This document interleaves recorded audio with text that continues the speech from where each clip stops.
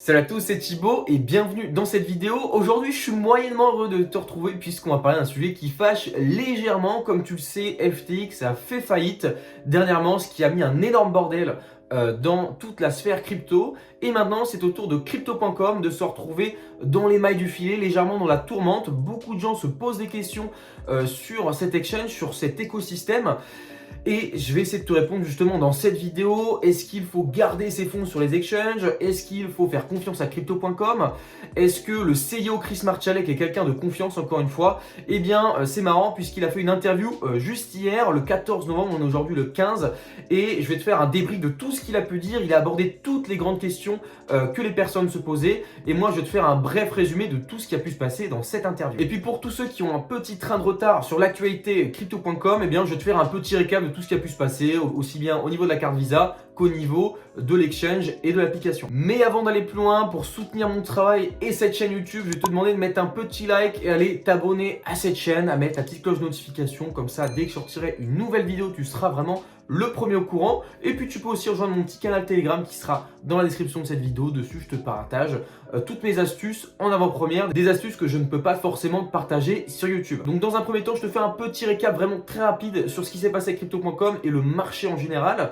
Puis on verra toutes les questions qui ont été abordées dans son interview et à la fin de la vidéo, je te donnerai mon avis sur toute cette histoire. Pour ce qui est de la carte Visa de chez Crypto.com, eh bien, il y a eu énormément de changements au cours des dernières semaines, des derniers mois, notamment au sujet du cashback. Voilà, pour par exemple la carte Ruby, on est passé de 2% à 1% maintenant, ce qui est vraiment très très peu. Et pour la carte que j'ai, la carte Jade Green, on est passé de 3 à 2% par achat. Et puis je parle pas vraiment des cartes qui sont juste au-dessus, mais par exemple pour la carte Icy White, on est passé de 5 à 3% et pour la carte Black, on est passé de 8 à 5% de cashback. Et donc c'est vraiment beaucoup moins intéressant qu'avant. On a également Spotify et Netflix qui ne seront valables que pour les 6 premiers mois de l'inscription. Ils sont également toujours valables jusqu'à, je dirais, fin d'année, novembre, décembre. Donc là, on va être sur les derniers mois de Spotify et Netflix pour ceux qui ont renouvelé leur stacking sur Crypto.com. Il y a également maintenant des frais sur les retraits étrangers en espèces, ce genre de choses. Avant, ce n'est pas le cas.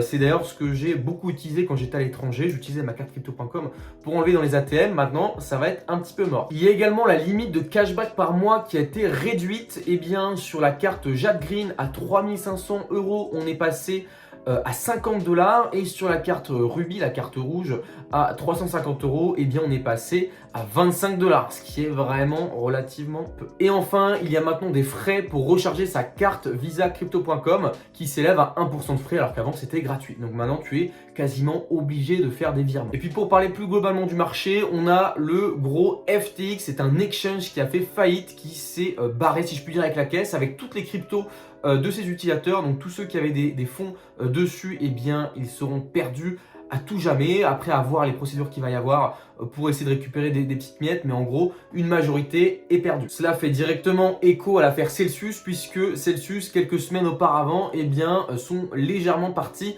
avec tous les cryptos de leurs utilisateurs, puisqu'ils étaient un petit peu trop exposés au Luna et à l'UST lui-même qui est une crypto qui est tombée presque à zéro. Tout ça a fait que les utilisateurs ont énormément perdu confiance en tout ce qui est exchange centralisé, donc où il y a une entreprise derrière, comme Crypto.com, comme Binance, comme Yobi, ce genre de choses. Donc ce qui fait qu'en ce moment, tout le monde veut des preuves que derrière il y a des fonds de réserve qui permettent, si il y a un problème, d'assurer les fonds de tous les utilisateurs. Par exemple, si Binance a un problème de trésorerie, est-ce qu'ils seront tout de même capables de redonner toutes leurs cryptos à leurs propriétaires, leurs utilisateurs possédant un compte chez Binance? Et sans parler de CZ, le créateur de Binance qui a vraiment une influence énorme sur le marché crypto et qui a mis d'énormes doutes sur l'exchange et l'app Crypto.com. C'est donc ça le fond de cette vidéo. Peut-on, après tout ce qui vient de se passer, avoir toujours confiance en Crypto.com?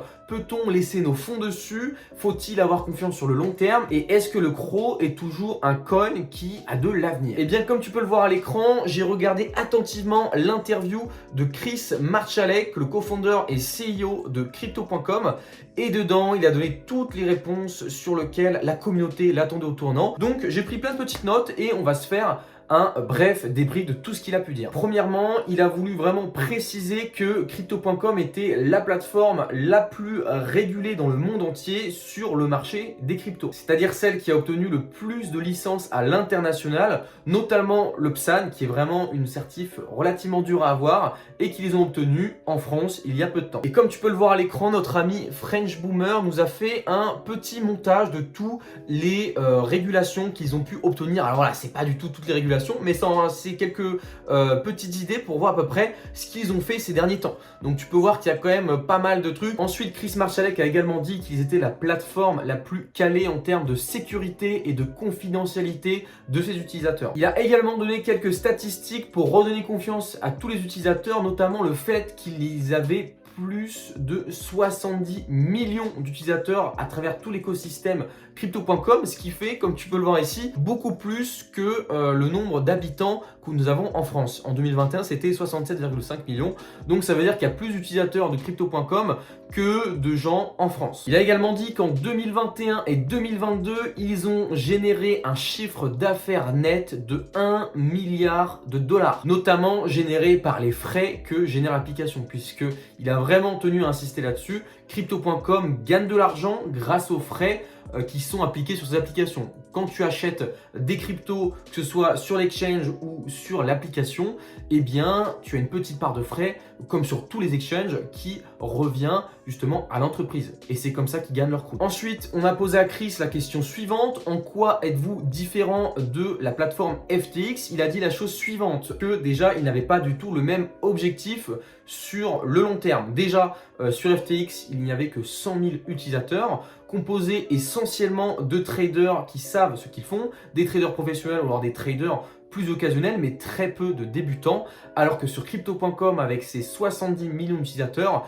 il y a évidemment des traders qui savent ce qu'ils font, mais aussi beaucoup de débutants qui arrivent sur le marché. Quand Crypto.com se veut être une application accessible pour les nouveaux venus, FTX était plutôt une plateforme plus ou moins pas élitiste, mais une plateforme plus complexe à comprendre, et donc qui a forcément attire un public totalement différent. D'ailleurs, ce qui est marrant, c'est quand on lui demande s'il faut rester sur Crypto.com ou non, eh bien, il encourage sincèrement les gens à se créer un propre wallet pour obtenir leur propre clé. C'est quelque chose qui l'encourage chaudement, notamment d'utiliser le DeFi Wallet, le wallet décentralisé de chez Crypto.com. Même si c'est son application, même si ça fait partie de son entreprise, je trouve qu'il a quand même des testicules de dire que, eh bien, si vous voulez, eh bien, partez, en fait, il n'y a pas de souci. Mettez tout sur MetaMask, mettez tout sur Trust Wallet, mettez tout sur le DeFi Wallet, mais ne laissez pas sur les échanges.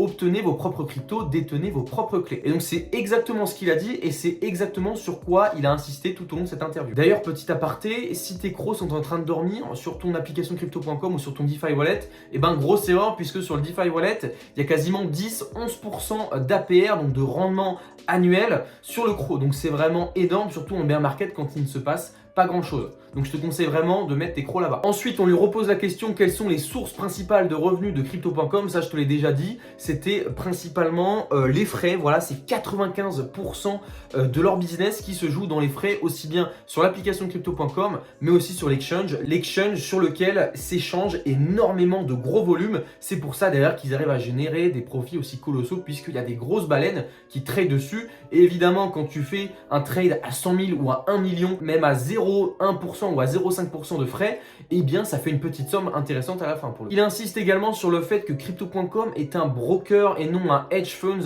qui va évidemment jouer avec l'argent de ses clients du coup pour leur faire gagner en capital. Ce n'est pas du tout le cas ici chez Crypto.com, car ils ne mélangent pas les fonds de leurs clients avec leurs fonds propres à eux. Ils détiennent même toutes les cryptos de leurs clients en ratio 1-1. Donc ça veut dire que dès qu'un client a un bitcoin, eh bien eux dans leur réserve, ils auront toujours un bitcoin d'ajouter. Ils sont également en train de préparer un audit pour montrer concrètement l'intérieur de Crypto.com pour être totalement transparent avec les utilisateurs, voilà, pour regagner confiance en eux. Donc là, ils sont en train de préparer un audit avec une entreprise externe, donc c'est pour ça que ça va prendre du temps. Il a dit quelques semaines à un mois peut-être pour avoir vraiment le résultat de cet audit. Et lorsqu'il sortira, ça risque de redonner énormément de foi dans cette entreprise et dans le croc. Maintenant, il y a une photo que tu as sûrement vue et qui a fait énormément polémique parce que très incomprise, c'est toute la banque qu'a Crypto.com, tous les assets qui sont détenus par Crypto.com. Donc ça, c'est une photo qui a été postée par Chris Marchalik à l'époque. Donc là, tu peux voir qu'il y a quand même ils ont plus de 2 milliards de crypto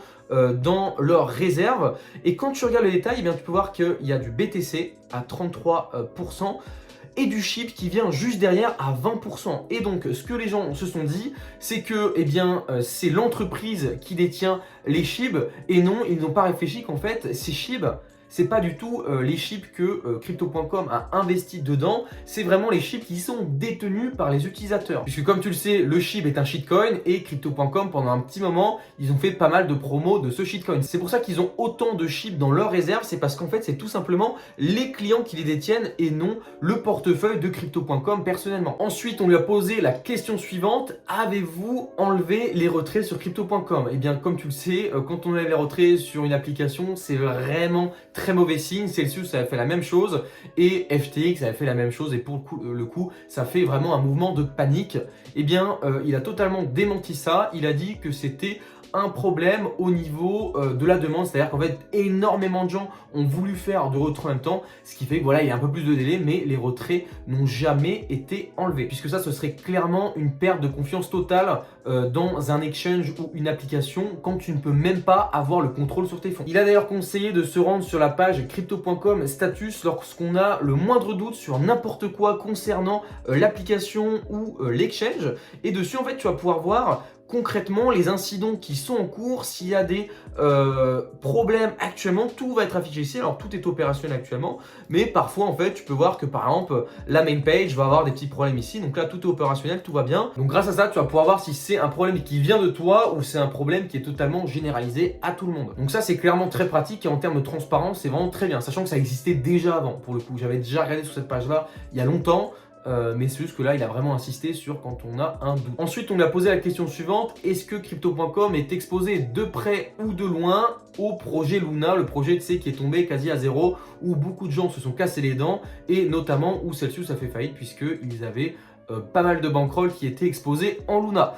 Eh bien, il a répondu catégoriquement que non, il n'était pas exposé à ce projet, et que même l'UST n'était même pas listé sur l'application Crypto.com. On lui a également demandé s'ils avaient récupéré les 1 milliard qu'ils avaient envoyés à FTX avant leur faillite. Ils ont répondu que oui, ils ont quasiment tout récupéré, sauf 10 millions de pertes nettes qu'ils ont clairement perdu, voilà, sur leur exchange, puisque ils utilisaient légèrement FTX pour acheter certains tokens, notamment le SRM et le RAY, le RAY, puisqu'il y avait pas mal de liquidités sur cette exchange, ce qui permettait d'acheter très rapidement en grosse quantité. C'est pour ça qu'ils ont perdu une partie de ce qu'ils odaient là-bas, donc 10 millions de pertes nettes. Mais sinon, ils ont clairement récupéré tout le reste. Ensuite, lui a été posé une question qui fâche pas mal, c'est comment est-ce que Crypto.com fait pour générer des yields, des rendements sur, tu sais, la partie crypto earn de l'application Crypto.com. Comment est-ce qu'à l'époque on pouvait générer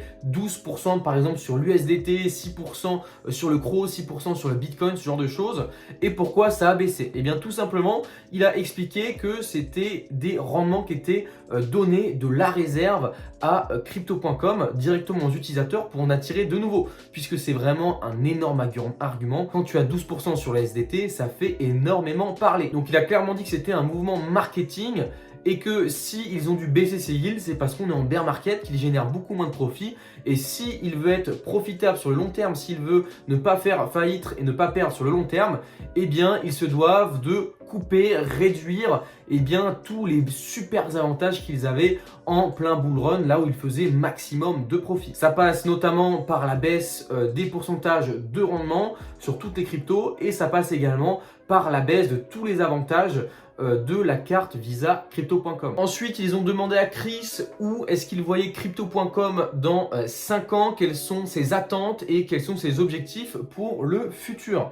Eh bien, il a clairement dit que dans les 5 ans à venir, il va y avoir énormément de travail au niveau de chez Crypto.com, mais aussi de toute la sphère crypto, pour redonner confiance aux utilisateurs. Et c'est clairement ce qu'il a envie de faire, c'est redonner confiance. Crypto.com a pour ambition de devenir l'acteur le plus transparent, et également celui dans lequel on croit le plus, celui qui inspire le plus de confiance. Il a également dit que leur objectif, c'est de faire grossir l'application et l'exchange de sorte à ce que ils aient pas de problème de liquidité, par exemple sur certains tokens, sur certains cryptos. Quand par exemple il y a un nouveau token qui sort, et bien parfois on peut manquer de liquidité pour que les utilisateurs de la plateforme puissent se les échanger entre eux. Et bien l'objectif clairement, c'est qu'ils deviennent indépendants en termes de liquidité, qu'ils n'aient besoin de faire appel à aucun exchange comme ils ont pu faire par le passé avec FTX et le token Serum et le token Ray, ce qui leur a quand même causé une perte de 10 millions de dollars net. Et enfin, pour terminer cette interview, il n'a vraiment pas hésité à dire que dès que le bull run reviendra, il n'hésitera pas une seconde à remettre en avant tous les avantages qu'il avait sur la carte crypto.com, mais également sur les rendements super intéressants que tu pouvais obtenir. Et il a également rassuré les gens en leur disant qu'ils seront bien présents en tant que partenaire officiel de la Coupe du Monde de foot au Qatar. Mais bon, avec tout ce qu'on a pu entendre sur la Coupe du Monde dernièrement, est-ce que finalement c'était une bonne chose de s'associer à eux? Je ne sais pas. En tout cas, ce qui est sûr, c'est qu'il y aura au moins 5 milliards de personnes qui vont regarder la Coupe du Monde en direct, donc ça fera une pub monumentale. Je viens de te débriefer tout ça, maintenant il va être temps pour moi de te donner mon avis sur toute cette situation autour de crypto.com et qu'est-ce que je vais faire personnellement. Et bien dans un premier temps, je pense que c'est une bonne chose d'avoir fait cette email, d'avoir fait cette interview. Je pense que vraiment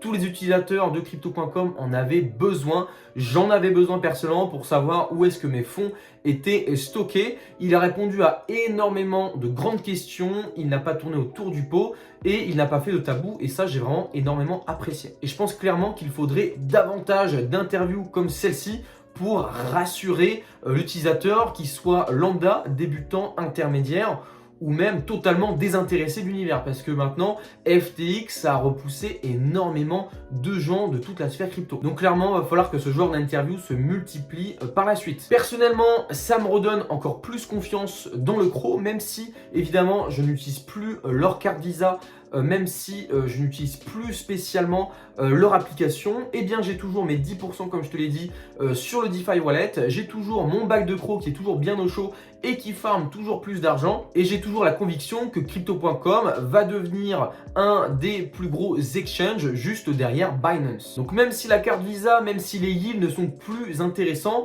et bien c'est normal, c'est l'état du marché actuel. On ne peut pas inventer l'argent, on ne va pas imprimer de l'argent pour derrière se mettre en difficulté au niveau de ses fonds propres dans l'entreprise. Donc je préfère qu'ils me disent ça, qu'ils me disent qu'on ne peut plus fournir autant d'avantages qu'avant à ses utilisateurs, plutôt que de continuer à le faire et puis derrière se barrer avec la caisse, ce qui serait encore pire. Donc il faut relativiser, il faut dire que aussi bien les utilisateurs que les entreprises galèrent actuellement dans la sphère crypto. C'est pour ça qu'il faut prendre son mal en patience et trouver des opportunités, parce que évidemment il y en a tout le temps. Donc voilà, encore une fois, et pour terminer cette vidéo, je vais te dire que je suis encore très bullish sur le CRO à long terme, qu'il y a vraiment un énorme potentiel sur ce coin, et j'espère qu'il passera peut-être bientôt dans le top 10, voire le top 5. Voilà, c'était une petite vidéo débrief, j'espère qu'elle t'aura plu, que j'ai pu vraiment t'apporter un maximum d'informations et un maximum d'éclaircissements sur la situation actuelle. N'hésite pas à me faire tes retours en commentaire de ce que tu en as pensé,